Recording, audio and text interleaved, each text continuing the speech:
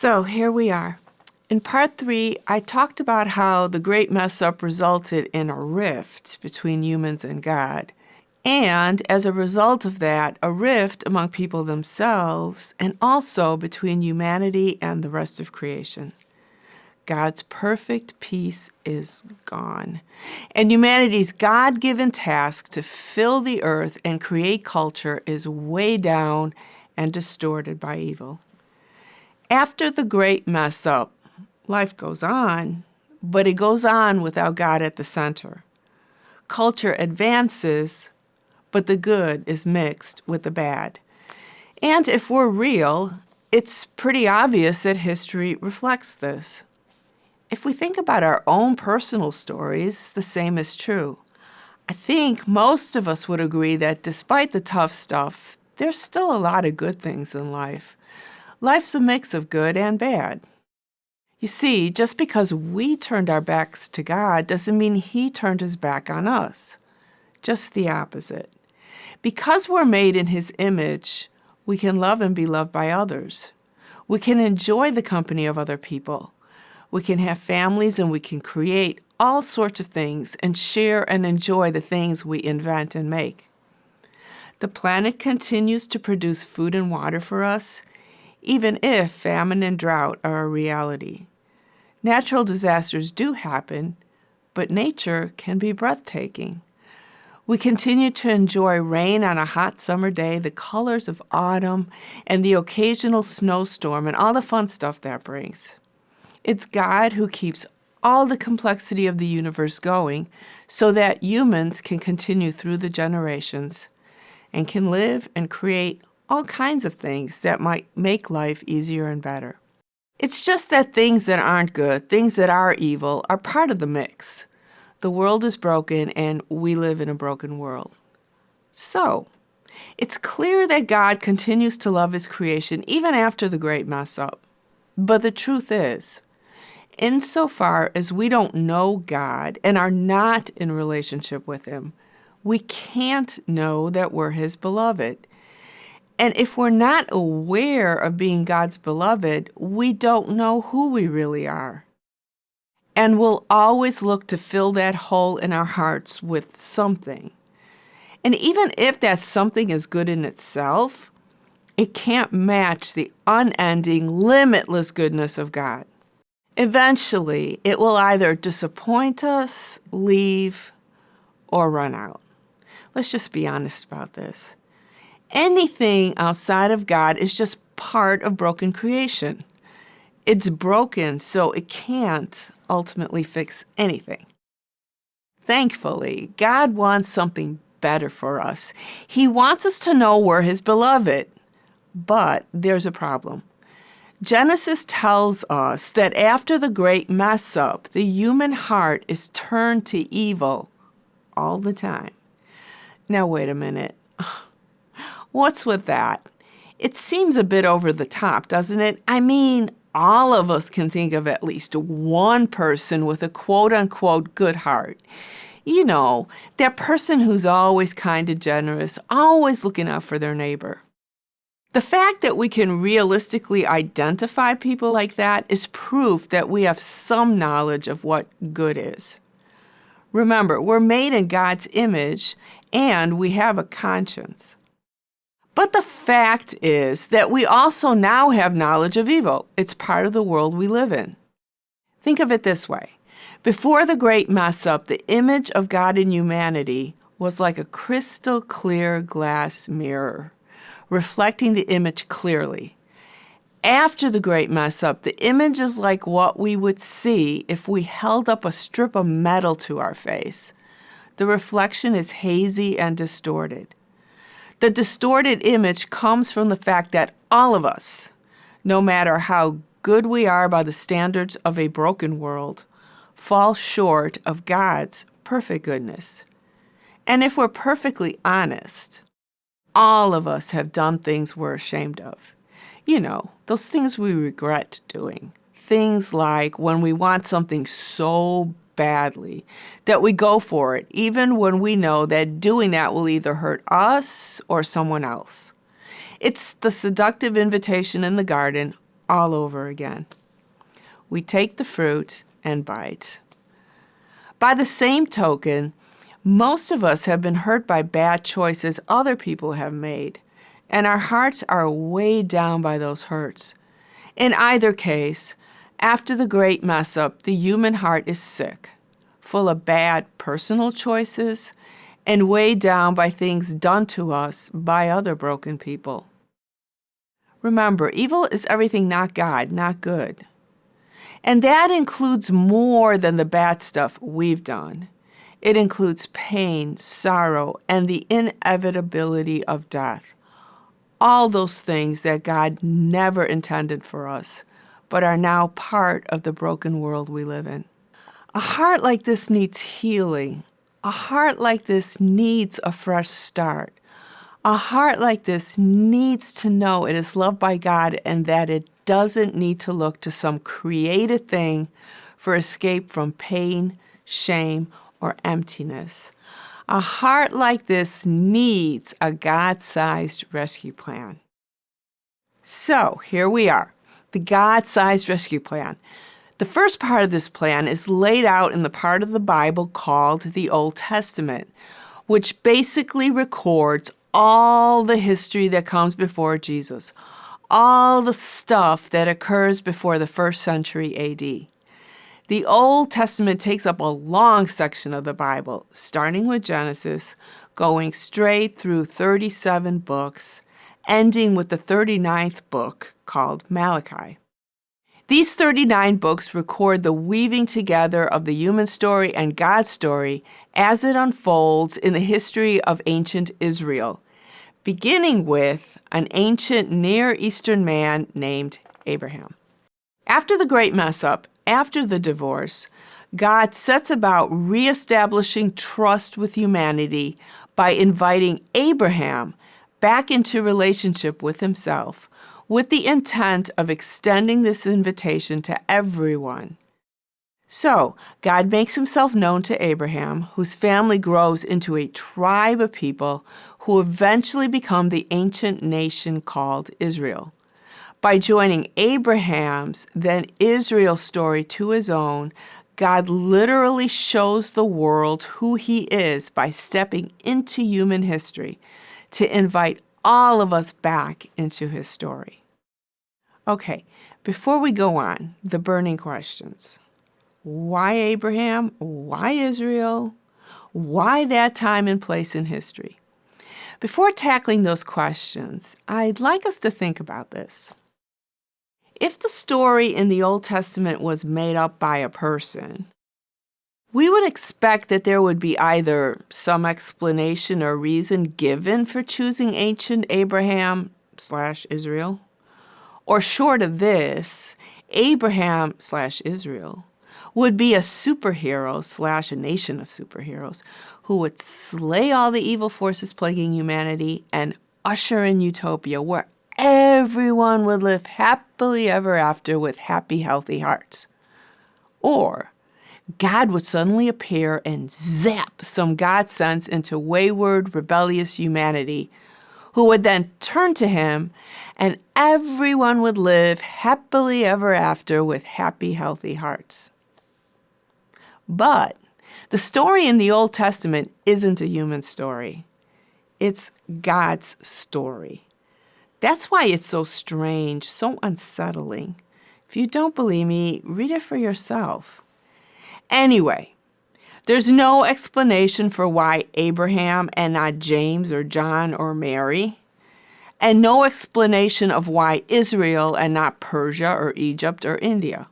Also, there's no divine zapping and no superheroes with amazing powers. Rather, there's God in all of his godness. The story is strange because it's not primarily about us. It's about an awesome, like nothing we've ever seen God reaching out to real people with sick hearts by literally stepping into the messy nitty-gritty of their history. All we know from the Bible is that God chose Israel because he loved them. I thought God loves all of his creation. He does. And here's the really important part. The record in the Bible goes on to explain that God didn't choose Israel because its people were extra good, or extra religious, or extra anything. In fact, God calls them stiff-necked and rebellious.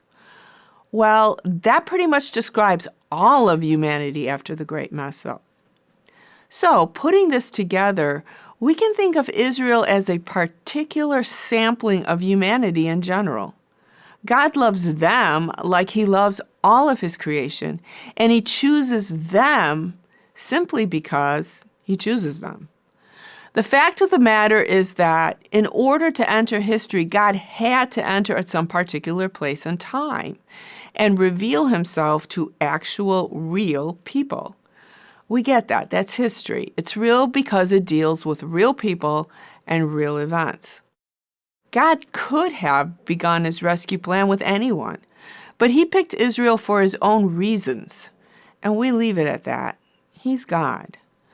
The really important thing is that He literally shows Israel who He is: loving, good, compassionate, merciful, just, and God alone. The unequaled, mighty someone they could trust. A someone worth having a relationship with. He doesn't send them a book describing His sparkling personality. Nope. He enters into a relationship with them. And through this real, historically nitty-gritty relationship with Israel, God shows Himself not only to that particular group of people, but also to the other nations around them. That's the whole point. To spread the knowledge of who He is to folks who don't know Him yet. So God chooses one man, then one nation, in order to invite all people and all nations back into relationship with Himself. Invite all people. Emphasis on all. That gets us to the last question. Why start way back in ancient times? Couldn't God have compressed the whole rescue plan and saved a bunch of time and energy? Well, that's thinking like us again. I'm going to take a stab at this. Follow me here for a minute. We know God created everything, right? That means He created time, which means He's above or outside of time. For Him, everything exists in a present moment that never ends.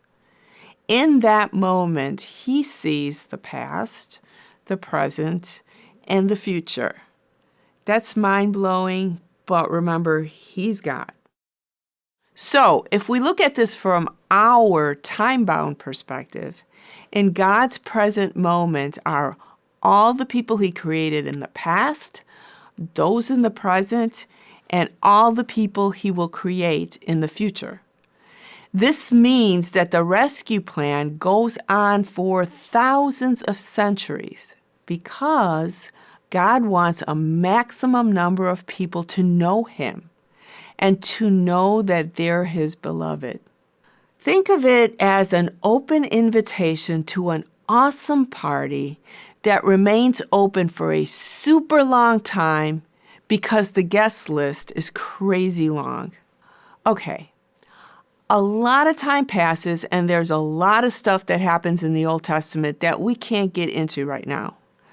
But we can trace the three themes we've been following from the creation story to see how this part of God's story all ties together. Here we go. In a nutshell, God makes a treaty or covenant with Abraham, where God promises to give him many descendants, land, and most importantly, Himself, His presence.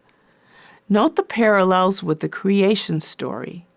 Humanity's job to fill the earth is echoed in God's promise to Abraham of many descendants. God promises to be with Abraham. This parallels access to the amazing garden we saw in the creation story, where God is in perfect relationship with the first humans. Along this line, About the land God promises to give Abraham. Well, it's ancient Palestine, and it's described in the Old Testament as a land flowing with milk and honey. In other words, it's an extremely fertile place that can support abundant life. Again, note the parallel with the garden full of lush, edible vegetation in the creation story. God tells Abraham that his descendants will inherit that land with a promise that Abraham will be a blessing to all nations. Remember the God-given task to create culture in the creation story? With Abraham, we're back to the Genesis story where the original tasks of filling the earth and creating culture are carried out with God at the center of it all. In the Abraham story, the relationship between God and humanity is reestablished with the treaty or covenant that God makes. And the garden is now ancient Palestine, from which God-centered culture-creating power is to extend from there and flow out to all the earth. Also, Abraham knows God, and God is with him. So we see here the first and third themes we looked at appearing in actual, real human history through Abraham's history. Before moving on to the second theme, trust and obey, a couple of words about land. It's a big deal in the Old Testament, and it's a big deal for all of us. How so? Humanity's deep tie with the earth is made clear in the creation story. Remember, the first humans are made from the dust of the earth, and their job to create culture is tied to working the land. Think about this. Agriculture is the foundation of civilization. No food, no civilization, no culture. Pretty simple and still true today. After the great mess-up, not only does farming happen in a broken world, but also humans are alienated from the planet that sustains them. This means that exploitation of the planet will continue as long as humanity remains alienated from the God who made both them and the earth that sustains us. The earth is part of the rescue plan. More on this later. But back to the themes. Okay, the second theme. The treaty God makes with Abraham holds as long as Abraham trusts God and operates within the boundaries God gives him. Sound familiar? Remember the forbidden fruit and the opportunity to ignore this boundary in the creation story? Trust is not trust unless there's an opportunity not to trust. Same for Abraham. If you read through all the Abraham stories, you see how flawed and limited both he and his wife Sarah are. They're humans with sick hearts living in a broken world. Nevertheless, despite their mistakes and fumbles, they continue to trust God through all the trials of life, never losing hope in the promises God gave them, including that huge promise that they would play a major role in God's rescue plan. Every time they make a mistake, they admit it, change their ways, God forgives them, and they move on. They learn that God is not only perfectly good and perfectly God, there is no other. He stands alone. That's crystal clear in the Old Testament. They also learn that he's compassionate and forgiving. His love is boundless. The story of their walk with God becomes an example of how to walk with God in a world that's a mix of good and bad, a world that presents numerous opportunities to not trust God. All right, fast forward. Abraham and Sarah's son Isaac grows into a tribe of people and then into the nation of Israel. And we see a similar plot line unfold. God makes a treaty or a covenant with Israel, where God promises to give them many descendants, land, and his presence with them. The treaty holds as long as Israel trusts God and operates within the boundaries he gives them. The difference is that they actually get the land promised to Abraham, and God dwells with them in the temple in Jerusalem.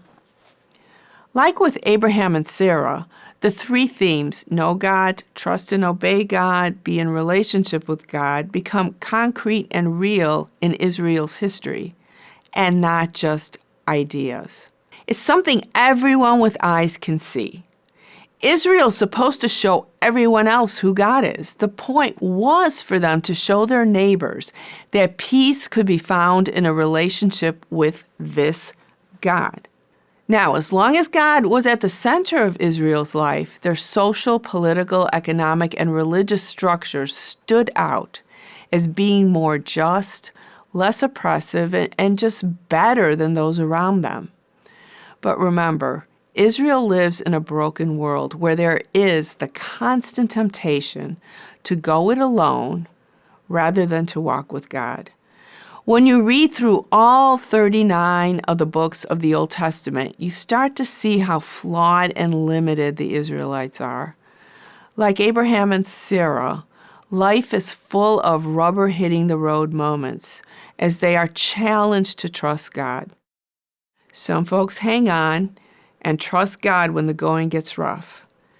They seek God and live within His boundaries. And when they make a mistake, they turn to Him, admit their mistakes, and change their ways. Many, however, including many of Israel's religious and political leaders, choose the forbidden fruit. They choose the desires of their own hearts, including the desire to be like the powerful nations around them.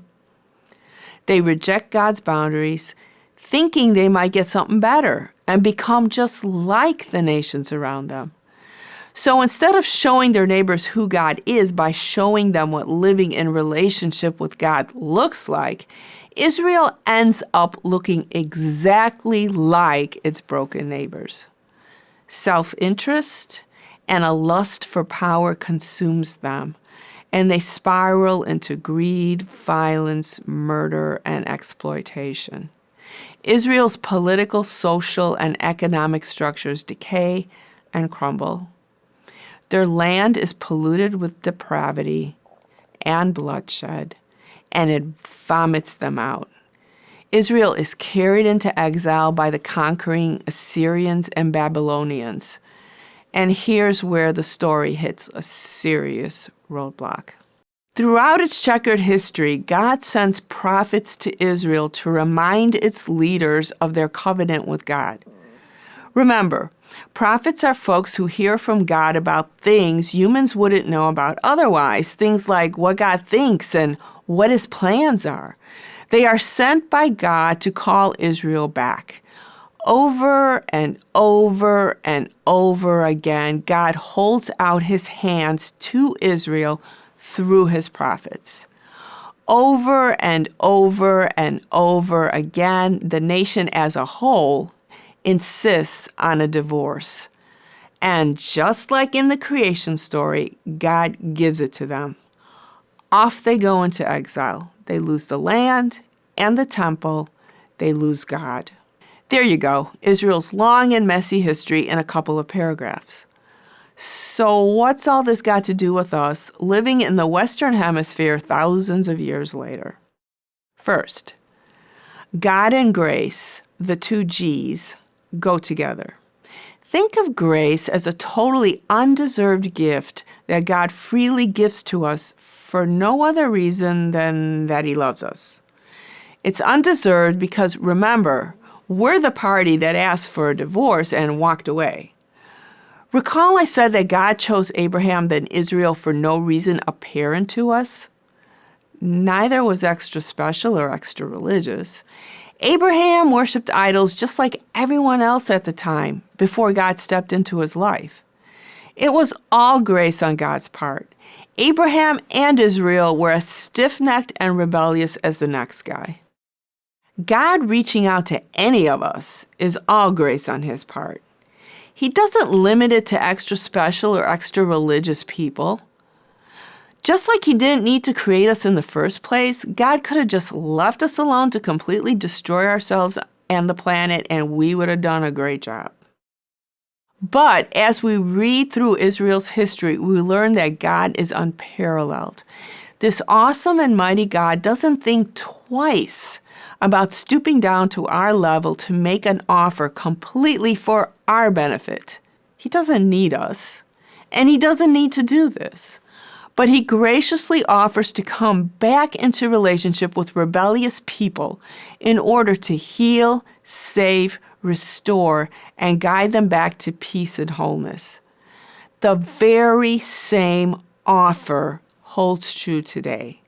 God is all about grace. Also, the boundaries that God lays down are all about grace. God gave Israel a thing called the law, which can be summarized in 2 simple sentences. Love God with all your heart, soul, and strength. Love your neighbor as yourself. The law gave Israel boundaries for how they were to structure their social, political, economic, and religious life.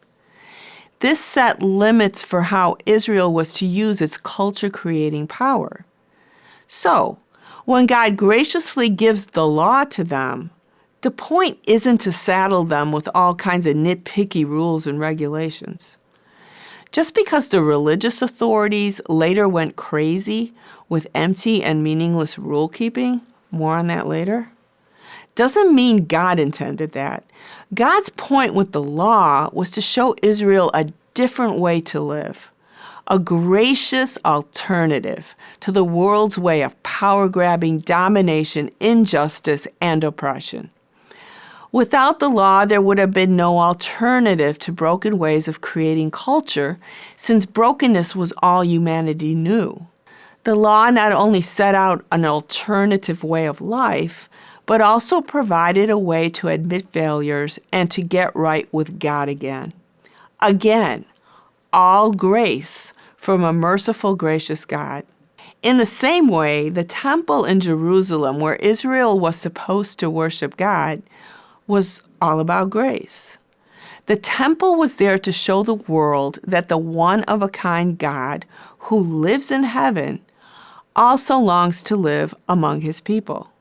A couple of words about this. In the Old Testament, heaven doesn't refer to the sky or earth's atmosphere. It refers to the spiritual kingdom where God reigns, surrounded by his heavenly court, made up of the angels and his angelic armies. Remember I said that trying to describe the realities of God is like trying to shove Mount Everest into a Coca-Cola can? Well, this is another example of this. The Old Testament prophets used the imagery of a king surrounded by his court and his military muscle to describe God's digs, because that's what resonated with ancient people who were surrounded on all sides by powerful human kings. The descriptions of God's heavenly throne room are mind-blowing and not like anything ever seen on earth.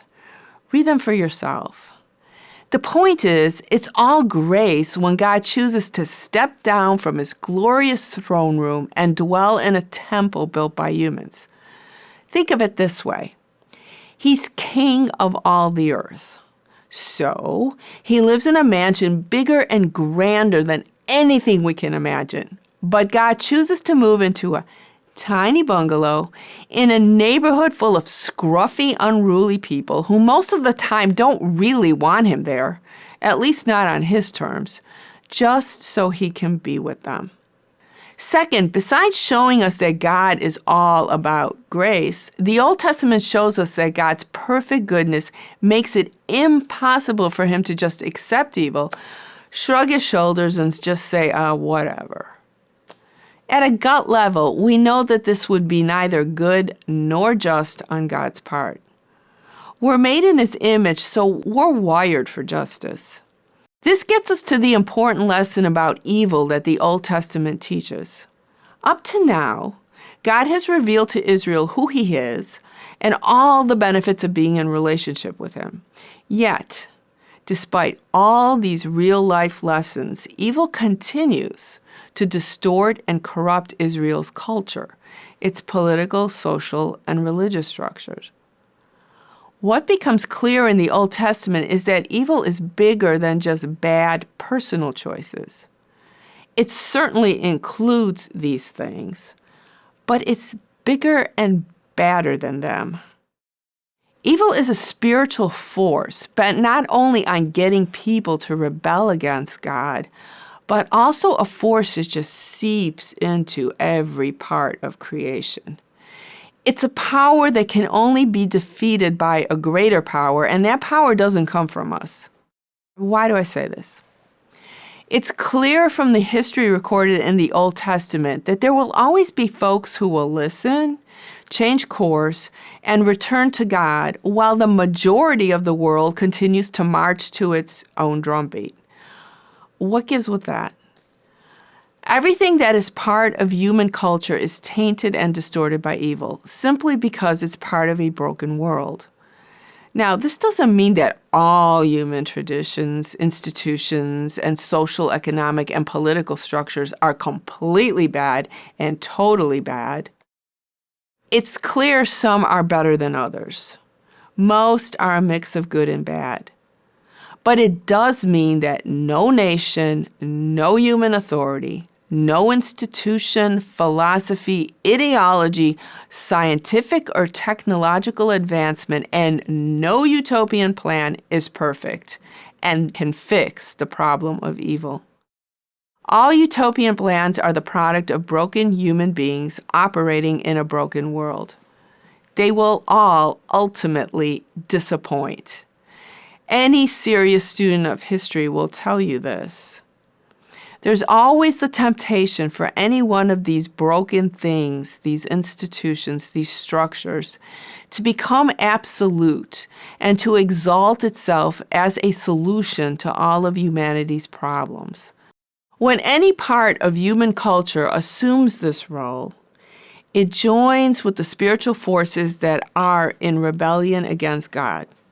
Clearly, what's needed is a solution that's not part of broken creation.